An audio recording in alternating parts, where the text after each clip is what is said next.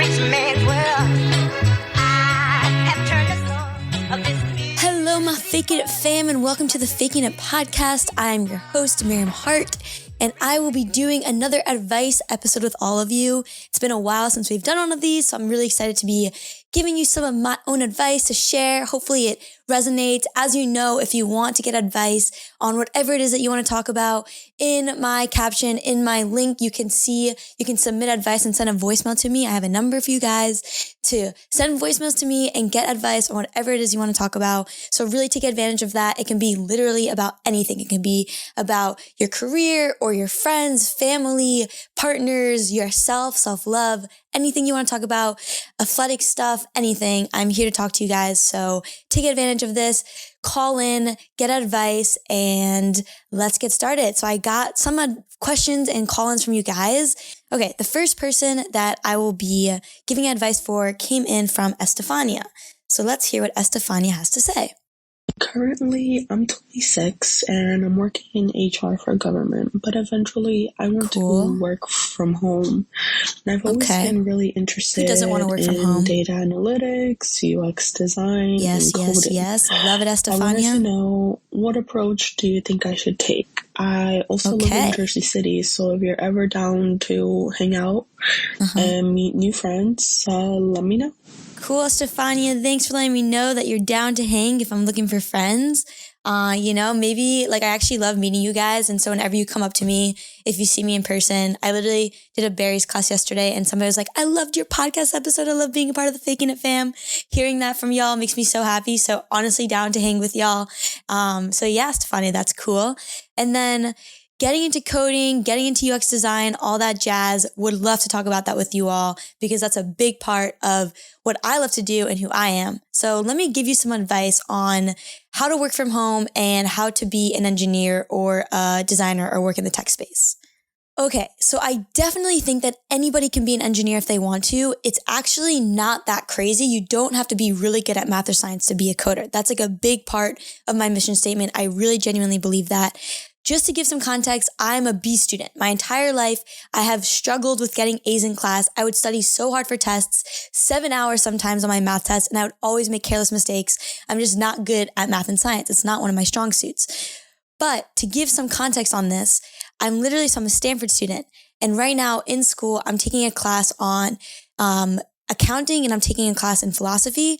My philosophy professor literally said to us, he said that he took this test, a brain test, and it came out that he is way below the national average for reading comprehension, memory skills, understanding skills. He graded below the national average. He graded really, really poorly in all of these sections. And yet this man is a philosophy professor at Stanford. Okay. So just to wrap your head around that, you would think that a philosophy professor at one of the best universities would be really good naturally at reading comprehension, really good at memory skills, really good at analytical skills, but this professor is not good at any of that. Okay. So he was telling this to us kind of to just make fun of himself. But I was like, whoa, that's really interesting that the best professor isn't naturally good at these things. And another example is my accounting professor. Literally in class, he was saying the same thing, that whenever he goes out to a restaurant with his friends are always like, oh, John, can you be the person that figures out how much we should each pay to split the bill? You're an accountant. You must be really good at math. And he was like, actually, guys, I'm really not good at math. And he even asked the class, what's 20% of a million? Because he's like, I genuinely don't know how to do that calculation in my head. And somebody raised their hand and said the answer. And he said that he is really good at accounting because he loves to do accounting, but he's not good at math. So the accountant at Stanford isn't good at math. The philosophy professor at Stanford isn't good at analyzing things and memory skills. So why are these people doing that? Well, because they love accounting, they love philosophy, and that's what should drive us to do what we love. It's not dependent on if we're good at math or science. It's not dependent on if we're good at analyzing text or memorizing what people have to say. It's about what we want to do, what we love to do. And these are the best people in these fields. So just to give us context, you don't have to be born good at something to do it. Okay. You just have to want, you have to desire, you have to have that desire to do it. And so I don't think that when I'm in a classroom, I'm the smartest in the room. I'm the best at math. In fact, I genuinely think that I'm really bad at these things, but But that doesn't stop me from doing it, because what pushes me to do something is just the drive to want to do it. And what really pays off is hard work. It's that grit. Mastery comes from putting thousands of hours into something. It doesn't come from just naturally being good at it. Talent only takes you so far, and really hard work brings it all the way. So I encourage all of you, no matter what the field is, if you don't think that you're naturally good at it, it genuinely doesn't matter. As long as you want to put your time and effort into it, that effort is what pays off, and that effort is what gives you mastery in any skill.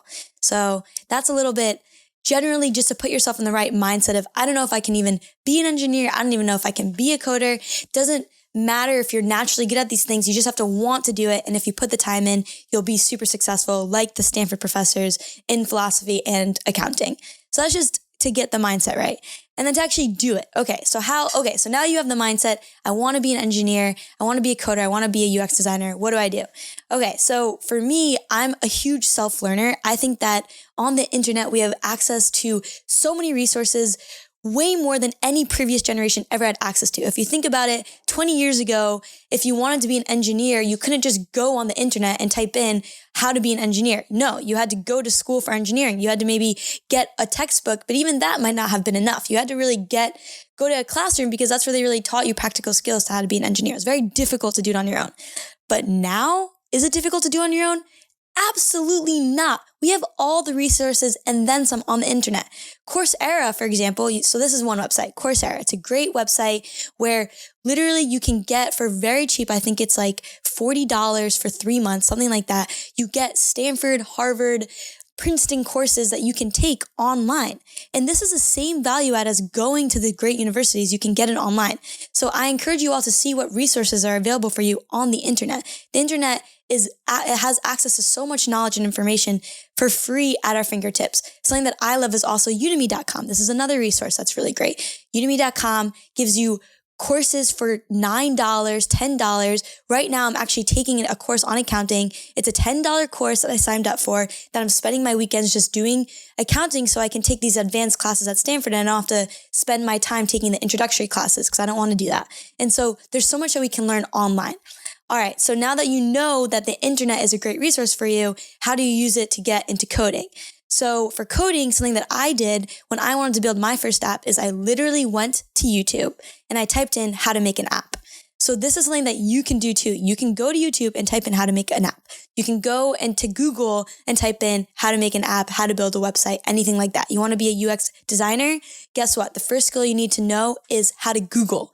Googling is your best friend. If you know how to master Google, you can learn anything. Go to Google, type in how to be a UX designer, click on the website that comes up first on courses on how to be UX designers, and take the course. And what's really cool about engineering in particular is that what is impressive to employers isn't the degree, it's more the portfolio. So my advice to you all is to build out your portfolio as an engineer. That is, take a course online on engineering. You can find courses for $5, $10, $15 online.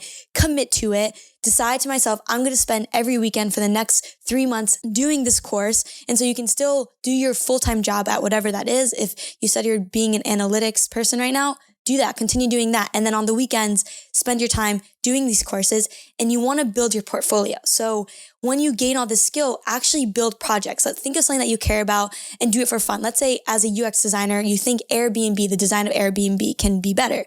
Say, okay, I'm going to create a case study of alternative Airbnb website. Create this Airbnb website using Figma, using all these different design resources, Adobe Illustrator, Photoshop, whatever it is that you want to use. Publish that on your own portfolio website. You don't even have to be a coder to have your own website. You can use Squarespace. You can use Wix. There's so many resources out there for you to even do that. And then create this portfolio and then apply for jobs. And now you can show employers, look at all these things I've built, look at all these apps I made or redesigns I've done if I want to be a designer. So it's all about creating your portfolio, because engineering is very project based. People hire you because they want you to build a website. Show them what websites you've built. Show them your portfolio. Show them that you can do this. And that's something that you don't need a degree for. That's something that you just have to literally create on your computer projects for. That's how I got my first job as an engineer. I worked as a product engineer at Uno. It was an AI company in Redwood City. And what I did is I created a website, my portfolio website. I'd show them what I was capable of doing. They're like, well, I don't know if we want to hire you because you don't have any requirements. I was like, well, tell me what your interview questions are. I'll show you that I have the knowledge. They said, all right. They sent me their interview questions. I did it. And then I got hired. So what's really cool about working in engineering or in the tech industry is that the degree doesn't actually matter as much. What really matters is what you can do. And what you can do, you can learn from online for very cheap. So that's how I recommend getting into it. It's about adapting the mindset that you can learn anything from online. And then it's about practicing that on your free time, taking the time to put work into these courses. It's about building your portfolio and then proving to the employer that you can get it done. So these are the 4 steps to becoming an engineer for very cheap, no matter what you're doing from your home. And the last thing I'm going to say here actually is, okay, now you have the skill set, but how do you get the job?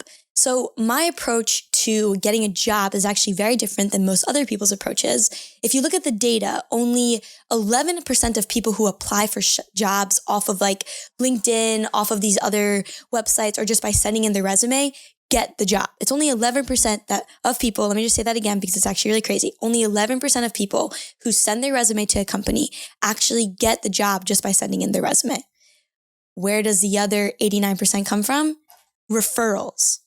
89% of people who apply to a company through referrals, through connections, get a job that way. That's crazy. That means that getting jobs is really just about who you know. It's about referrals. It's about making those connections with people. Because if you think about how this world works, it's very people-based, okay?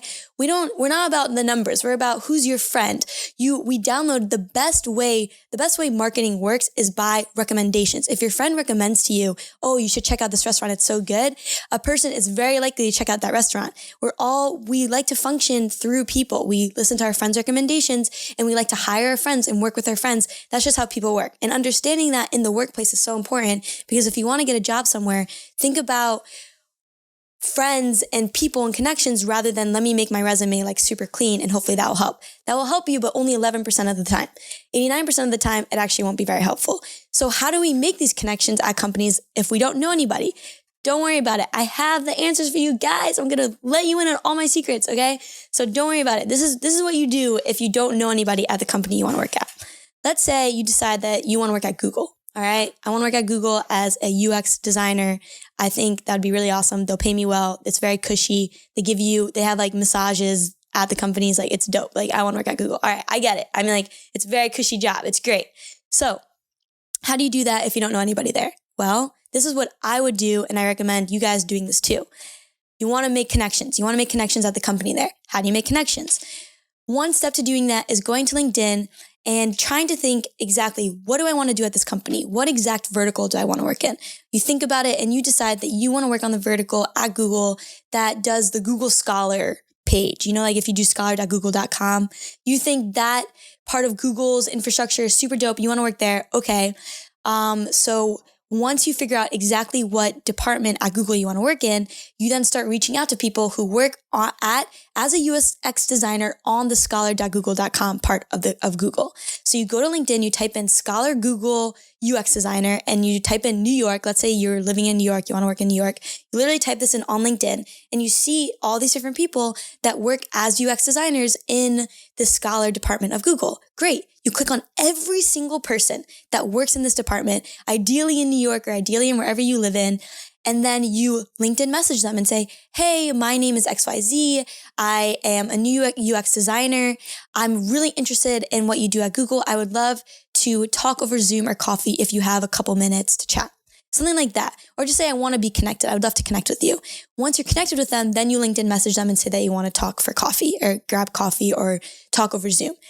Don't mention anything about looking for a job. Right now, we're not trying to look for a job. We're trying to make friends. Step 1 to getting a job is making friends, because now we know that getting a job is all about connections. So if you want to get a job wherever it is that you want to get it, just step 1 is to make friends. Okay, cool. So hopefully you reach out to, for me, literally 100 people over LinkedIn, okay? And the rate of return, the rate of success of responses is usually like 1 to 10%, okay? So you gotta put the work in. This is not easy, but it's effective, okay? So you're gonna reach out to 100 people by doing this. Ideally, you get their email addresses too. So to get their email address, and you send them an email, a more detailed email saying like, would love to chat with you over coffee, or I think what you do is really cool, blah, blah, blah. And to get their email, there's tons of resources to do that. I use this software called Apollo.io. It's a Chrome extension that literally on LinkedIn, if you add it to your Chrome, it gives you email addresses of LinkedIn people. So it's called Apollo.io. I'll add it to my information below so you can get access to that. All right. So you email them, you LinkedIn message them. Hopefully you get 10 people. You reach out to 200 people. Hopefully 10 or 15 people respond to you. Okay, wait, that seems small if you reach out to 200, but 10 or 15 people, that's a lot of friends that you're making at Google now, right? These are going to be very helpful connections for you when you decide that you want to really switch jobs. So you meet them for coffee, you meet them over Zoom, you talk to them, and then eventually after you meet them the second or third time and you become friends with them, then you say, oh, by the way, I'm actually like looking to transition careers right now. Do you know if there's any openings at Google? And if they say, oh yeah, we have this internship available, or yeah, let me connect you to this person, or and this is where the connections come in. Now you're getting a referral from a Google employee to get a job there. That's huge. That's invaluable to getting jobs at wherever you want. So I hope this helps you understand that there are other ways to get a job outside of just sending in your resumes. The way that companies work is referral based. We're all about connections and recommendations. That's how people buy things and get jobs. And so hopefully this helps you understand that the most important thing to do is to become friends with people at the company. And the way you do that is by cold emailing them, is by connecting with them on LinkedIn. It's the next step is getting coffee with them or talking with them over Zoom, doing it again, solidifying that friendship. And then the third time you talk to them, this is 3 months into your relationship with them, you talk about a job. And maybe even by then they'll offer something to you. They'll be like, oh, I really like all the things that you've shown me, like your portfolio and stuff. You know, we're actually hiring. Are you interested in working at Google? You know, something like that. That's like best case scenario when you get offered the job. You don't even send in your resume at all. They offer you a job. Like, whoa, that's so cool. But this is possible. This has happened with me, with another internship of mine when I worked at Neuroscape when I was 17 years old. I did this exact thing, reached out to 100 people who worked at this company in the department I wanted to work in. Eventually, they offered me a job because they're like, oh, you know, we have an internship program. Like, you should do it. And I was like, oh yeah, I would love to. But really all along, that's what I wanted to do. Okay. So it's just about understanding how people work, understanding how companies work, and understanding other alternative ways to getting hired at the job you want to work at. So I hope this is helpful with getting into engineering and coding. And now we can hear advice for the next person. So the next person is from Anna. Let's see what Anna has to say. Hello, my name is Anna. Hi, Anna. I've been listening to your podcast for like a couple of days now, and I just love it. Like, all the topics are super interesting. Thank you. And I thought I would ask you about queerness and dating. Mm-hmm. So I'm queer, but I've mostly dated men in my life. Like, my longest relationships were with men. Mm-hmm. And although I had a girlfriend, I realized lately that I have no game with women. Like, I don't know how to flirt with them. Yeah, this is common. I don't know how to, like, even ask them out on a date. Like, I don't know. I just feel so not confident. I don't even know where to start. Mm-hmm. And so I thought I'd ask you what you think about that. And I'm looking forward to hear what you think. And wish you all the best. Thank you, Anna. Wishing you all the best back. All right. So this is so common, actually. So many people struggle with hitting on girls if they're a new queer, if they're bisexual. Okay. There's so much to say here. There's really so much to talk about. Okay. In our society, it was very normalized for guys to hit on girls, you know, like guys come up to you, ask you out for a date, guys ask you out for prom. It's just very normalized for men to ask women out. And therefore, when you're bisexual or when you're a lesbian or when you're queer and you're like woman, we're not really like, we haven't practiced hitting on girls for the most part. That's number one. And number two, we haven't had practice hitting on people really, period. We don't really that frequently ask men out on dates. Usually men are asking us out on dates. And so because of that, it's just even hitting on anybody and being kind of the pursuer isn't as common as being the person that is pursued. So I just want to emphasize that hitting on girls and feeling that discomfort is very normal. A lot of people feel that even if they're straight and they want to hit on a guy and be the pursuer, a lot of women aren't like feel uncomfortable about making the first move, or like, like that's not as normalized as being like they're the one that's like kissing the guy. Usually the guy's trying to kiss them. It's like always this giving, like them coming in 80% and you going in 20, and that 20% is literally just like consent of like, oh yeah, I want to kiss you too, So I think that's like a big reason as to why it's difficult to hit on girls. It's just hitting on people and being the pursuer, period, is uncomfortable for a lot of like bisexual, new queer people, etc. So just emphasizing that that's very normal, Anna, that you feel this way. Even if you have a partner, it's still very normal. I had a relationship too. And even so, I still didn't have much practice hitting on girls. My ex-girlfriend, she was one of the first girls I ever dated, and we met through a dating app. So I didn't have to like pursue her in that way, We kind of like already knew that we liked each other from the get-go. So I totally understand that. Okay. So this is my approach to hitting on women. I won't make it too long, but I do have some strategies from now having more practice with it. Okay, so step one is to let it be known that you are queer. A lot of bisexual people, a lot of queer women, they may not represent or look queer, and therefore people don't know it, because like that's why some queer people just like wear flannels or like do something or like wear pride, whatever, just because they want to let other women know that they're queer and that they're interested. Like that's literally the reason why. And if let's say you don't want to have to wear a pride colored necklace every single day and you don't have to look queer, the way to let people know that you're queer is to very casually bring it up in a conversation that you're queer and see if they say, oh, me too. Cause that's like the sign that like, oh, they're queer and maybe they're also interested in me because they wanted to bring it up. So step one is to find a way to slide into the conversation when you're hitting on a girl that you're queer, just to see if they're queer too. So I always do that. I'm always like, yeah, like let's say I'm talking about my social media. I say, yeah, I do a lot of like queer content, like something like that. So casual. And they'll be like, oh, cool, I'm queer too, or something like that. So that's like one approach, is to very casually slide into the conversation that you're queer. That's one. Step two, another thing you can do is hit on them after you let it known that you're queer. It's very different than when you're straight and you say to your straight friend, like, oh, you look so beautiful in that. Like, okay, fine, cool. Like, thank you. I look beautiful. But you're not hitting on them, But if you say, I'm queer, you find a way to slide that into the conversation. And then you say, oh, by the way, like that dress looks really beautiful on you. That's a little different because now it's known that you're attracted to women. And so that's in the definition of hitting on them. So I would say step one is to let it be known that you're queer. Step two is to hit on them, tell them that they're beautiful, compliment their eyes.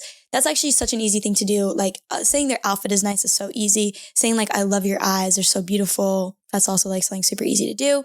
So just complimenting their eyes. And then the third thing you can do, if let's say none of these things are working, you still don't know if they're queer, the third thing you can do is just literally ask them, what's your sexuality?